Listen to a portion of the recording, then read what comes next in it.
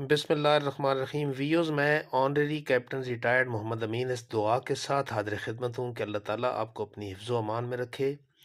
Views, یہ رقبہ جو آپ دیکھ رہے ہیں یہ اس کا تقریباً 200 روڈ کے اوپر فرنٹ ہے، اور یہ زمین، یہ جو 2-3 درخت نظر آ رہے ہیں یہاں سے شروع ہوتی ہے، اور ان درختوں تک اس کی آخری حد ہے، اور اس درختوں سے پہلے پہلے یہ زمین ہے، اور یہ ساری زمین ٹوٹل 512 کنال ہے، اور یہ پہلے آباد تھی زمین، لیکن یہ اس وقت ویران پڑی ہے، اور ویران پڑا ہونے کی وجہ سے یہ غیر آباد نظر آ رہی ہے۔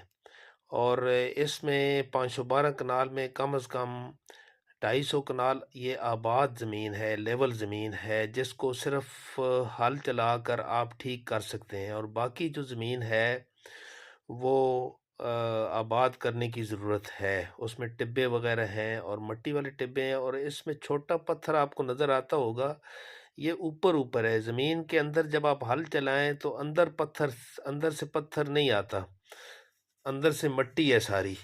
اتلی اوپر والی جو اس کی تہہ ہے، اوپر والی جو تہہ ہے اس کے اوپر چھوٹے چھوٹے پتھر ہیں جو کہ ہٹائے جا سکتے ہیں، اور یہ ساری کی ساری زمین 512 کنال جو ہے، اس میں سے کم از کم 400 کنال آسانی سے آباد ہو سکتی ہے، اور تقریباً 100 کنال زمین جو ہے اس کو آباد کرنے کے لیے زیادہ محنت کی ضرورت ہے۔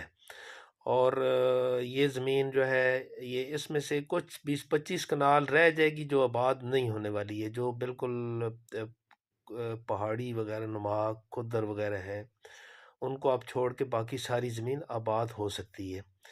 اور ہمارے اندر ایک خامی ہے، وہ یہ ہے کہ ہم زمین کی تعریف زیادہ کر دیتے ہیں، اور یہ پراپرٹی ڈیلر سب کے اندر یہ خامی ہے، اور لیکن پھر بھی ظاہر ہے جو چیز بیچنی ہے اس کی تعریف کی جاتی ہے۔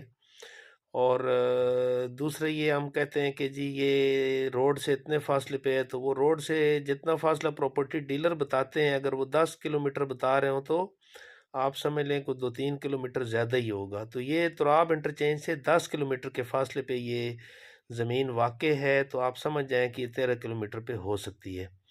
اور اسی طریقے سے روڈ کے اوپر اس کا فرنٹ میں نے 200 بتایا، ہو سکتا ہے 150 فرنٹ ہو۔ اور یہ زمین جو ہے، میں نے کہا کہ 450-500 کنال آباد ہو سکتی ہے، تو چلیں 10 سے کنال اور شاید آباد نہ ہو۔ بالکل مٹی والی زمین ہے جی، یہ میں نے آپ کو دکھا بھی دی ہے۔ اپنا بہت سارا خیال رکھیں، ہمارے لیے دعا گو رہیں۔ اللہ حافظ۔